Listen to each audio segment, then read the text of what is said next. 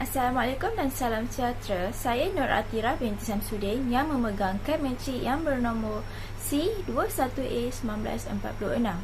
Hari ini saya ingin membentangkan berkenaan Rumah Melayu Tradisional. Saya telah memilih Rumah Melayu Tradisional yang berhampiran dengan kediaman saya, iaitu Rumah Warisan Ceno. Sebelum saya menerangkan dengan lebih lanjut lagi berkenaan Rumah Warisan Ceno ini, mari saya kenalkan diri saya dahulu. Saya merupakan pelajar semester 2 2021-2022. Saya mengambil subjek reka bentuk tradisional. Kod khususnya ialah CFT 1032. Nama pensyarah saya ialah Dr. Saifuddin binti Muhammad. Nama bapa saya ialah Samsudin bin Osman. Pekerjaannya ialah peneraka Felda generasi kedua. Manakala ibu saya pula bernama Siti Aisyah binti Osman. Pekerjaannya ialah suri rumah sepenuh masa. Saya merupakan anak keempat daripada 5 orang adik-beradik, 4 orang perempuan dan seorang lelaki. Saya dilahirkan pada 21 hari 6 2001. Saya dilahirkan di Hospital Metakap dan negeri asal kelahiran saya ialah Pahang. Hobi saya ialah bersukan dan mendaki bukit. Rumah Melayu Tradisional ini sangat terkenal dengan kreativitinya terhadap ukiran pada setiap bahagian rumah, di mana ukirannya dihasilkan dengan hasil tangan mereka sendiri tanpa menggunakan sebarang mesin atau peralatan lain. Rumah Melayu Tradisional ini sudah pasti banyak perkara yang menarik yang perlu kita pelajari. Terdapat banyak sejarah dari nenek moyang kita, sehinggakan mereka mampu menjaga hubungan silaturahim mereka antara satu sama lain, di mana mereka mengadakan pelbagai majlis di rumah tradisional Melayu ini.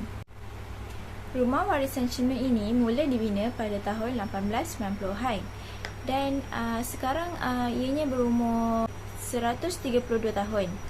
Rumah ini dibina berhadapan dengan Sungai Pahang dan ianya terletak di Kampung Ceno. Kenapa ianya dipanggil Ceno? Pada zaman dahulu, ada seorang janda ni, dia bernama Cik No, dan dia ada membuka sebuah warung ataupun gerai makan, dan ramailah orang suka pergi kat gerai tu, bila jadi macam satu dialog masyarakat di situ. Kamu nak ke mana tu? Nak ke gerai Cik No. Bila diulang-ulang gerai Cik No, lama-lama lekatlah nama Ceno. Macam itulah sejarah sedikit sejarah tentang asal usul nama Ceno ni yang saya tahu dari duduk sini. Ceno juga mempunyai 2 pengampungan, di mana Ceno lama dan Ceno baru. Ceno baru ni terdapat banyak sektor-sektor perniagaan yang dibangunkan, manakala di Ceno lama ni yang merupakan satu pekan lama yang berada di tebing sungai yang betul-betul berhadapan dengan Sungai Pahang. Sejak dahulu lagi, Ceno ni dikatakan sebagai perkampungan diraja kerana pada zaman dahulu terdapat ramai kerabat raja yang tinggal di sini. Dan Rumah Warisan Ceno ini berada di Ceno lama, sebab memang sejak daripada dulu lagi di kawasan Ceno lama ni terdapat banyak kerabat raja yang tinggal dan banyak signifikan yang ada di situ. Sejak dahulu lagi, Ceno ni merupakan tempat persinggahan Sultan Pahang. Pada zaman dahulu, Sultan Pahang kita ialah Sultan Abu Bakar. Setiap kali dia lalu di sini, dia akan singgah ke Ceno untuk bersantap. Dan kedatangannya disambut baik oleh masyarakat setempat. Pemilik asal Rumah Warisan Ceno ini ialah Engku Panglima Besar Engku Wan Muhammad Saleh, Engku Temenggung Siwa Raja Engku Wan Mahmud, dan surinya ialah Cik Dayang Aminah Imam Perang Husin. Keluasan tanah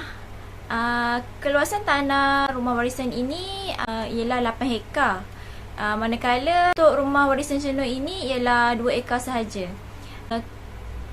Tanah ini merupakan kepunyaan surinya, iaitu Cik Dayang Aminah Imam Farah Hussein.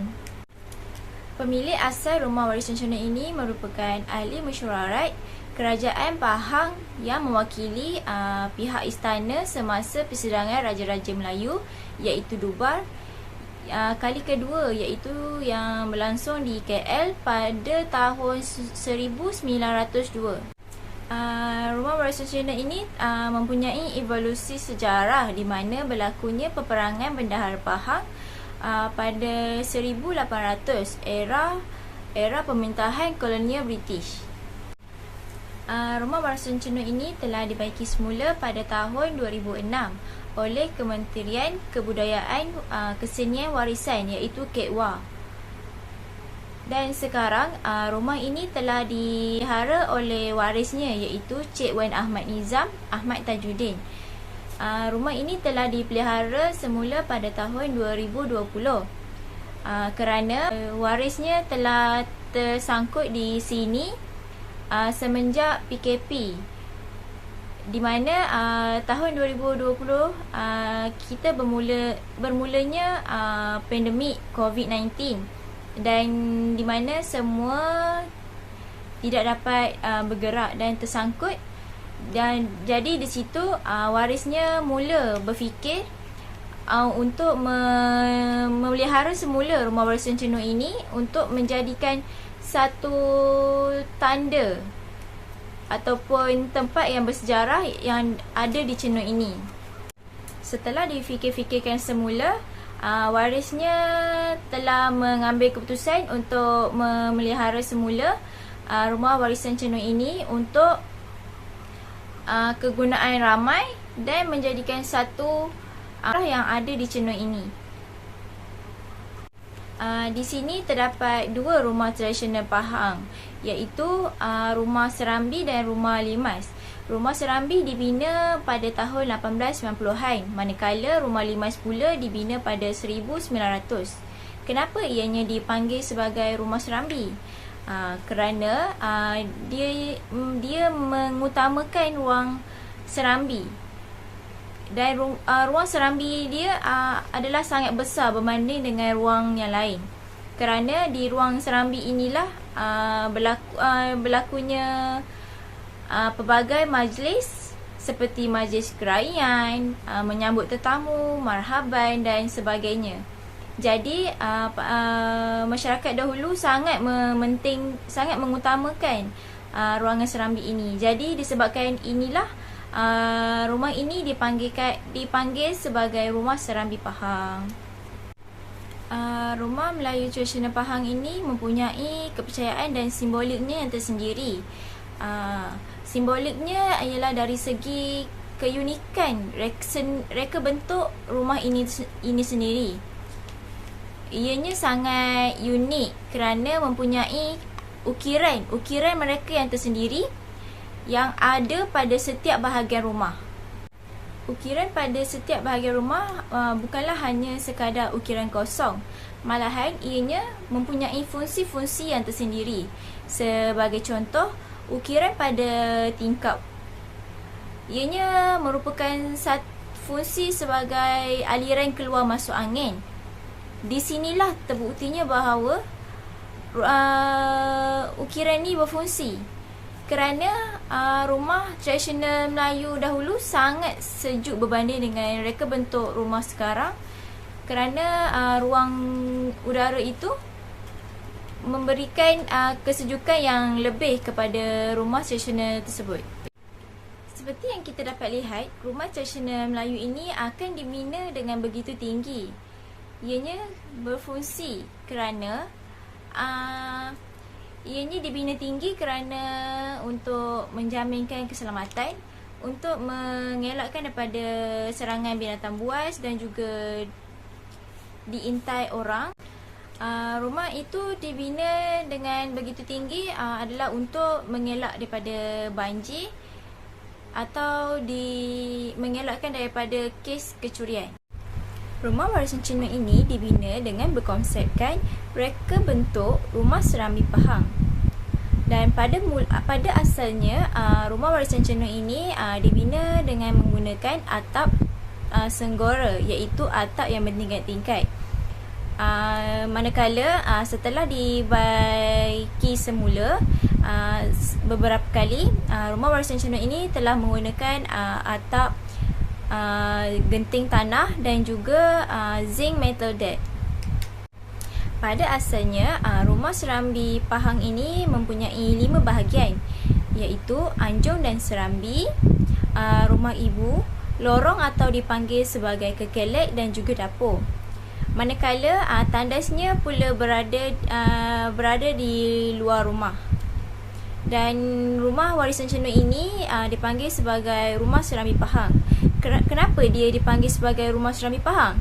Kerana rumah ini dia mengutamakan ruangan serambi. Ruangan serambi yang besar berbanding dengan ruang yang lain.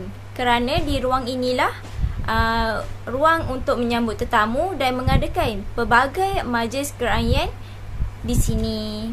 Jadi disebabkan itulah ruang dipanggil sebagai rumah serambi Pahang. Ia dibina berhadapan dengan Sungai Pahang kerana pada zaman dahulu sungai merupakan jalan perhubungan yang utama, di mana mereka menggunakan pengangkutan air seperti rakit, sampan dan sebagainya untuk mereka bergerak ke sesuatu kawasan.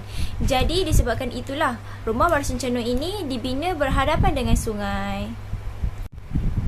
Anjung ataupun serambi ianya berfungsi sebagai tempat berehat, berkumpul dan tempat menyambut tetamu serta tempat untuk mengadakan majlis kerajaan, marhaban dan sebagainya. Rumah ibu pula berfungsi sebagai untuk tempat ahli keluarga berkumpul dan beristirahat, di mana orang luar dilarang sama sekali untuk memasukinya kerana ruang ini adalah khas untuk ahli keluarga sahaja. Dapur pula merupakan satu simbolik kepada ruangan wanita, di mana ianya merupakan ruang khas untuk wanita sahaja dan untuk lelaki adalah dilarang sama sekali, kecuali ahli keluarga, kerana dapur merupakan tempat di mana ahli keluarga berkumpul untuk makan bersama-sama. Adalah untuk menjadikan satu tempat tarikan ataupun tempat yang bersejarah di Cenoa. Rumah warisan Cenoa ini juga dibina berkonsepkan social and enterprising, di mana ianya berfungsi untuk masyarakat setempat juga mendapat keuntungan, seperti adanya rumah warisan Cenoa ini pada hujung minggu orang luar turut datang untuk sewa, dan sebagai contoh ada penduduk setempat yang membuka gerai, rumah rakit, dan secara tak langsung orang luar juga turut akan pergi ke tempat yang penduduk setempat adakan, dan secara tidak langsung ianya akan wujud keuntungan terhadap masyarakat setempat.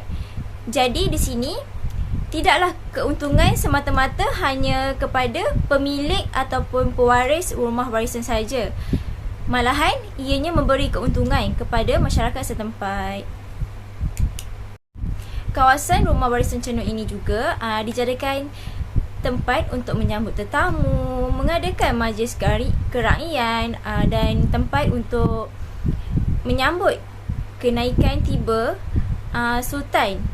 Dan di sini juga diadakan pelbagai majlis ataupun pertandingan yang berkaitan dengan permainan tradisional, sebagai contoh memanah, gasing dan sebagainya. Rumah warisan Cenoa ini dibina dengan menggunakan kayu cengal ataupun cengal batu. Kayu cengal batu ini merupakan kayu yang bermutu tinggi. Rumah warisan Cenoa ini juga dibina menggunakan kaedah tanggam ataupun pasak, iaitu menggunakan kaedah tanpa paku. Dalam penggunaan kaedah tanggam dan juga pasak ini, ianya mempunyai nilai-nilai estetik, di mana ianya memberi penyambungan yang lebih kukuh terhadap pembinaan rumah Melayu tradisional tersebut. Rumah warisan Cernok ini telah dibina oleh seorang tukang yang berasal daripada Kepulauan Riau. Hasil pertukangannya adalah sangat kreatif dan kemas. Setiap ukiran pada setiap bahagian rumah adalah sangat halus dan begitu kemas sekali. Hasil ukirannya adalah begitu unik dan kreatif. Daripada hasil ukiran tersebut, ianya mempunyai simbol dan fungsi-fungsinya tersendiri. Proses pembuatan rumah warisan Cernok ini, yang pertama ialah menaikkan tiang utama ataupun dipanggil sebagai tiang seri. Langkah kedua ialah memasang lantai sementara. Dan yang ketiga ialah memasang kerangka bumbung ataupun atap. Dan setelah selesai memasang kerangka bumbung dan atap, seterusnya pasang kayu lantai, dinding, tingkap dan pintu.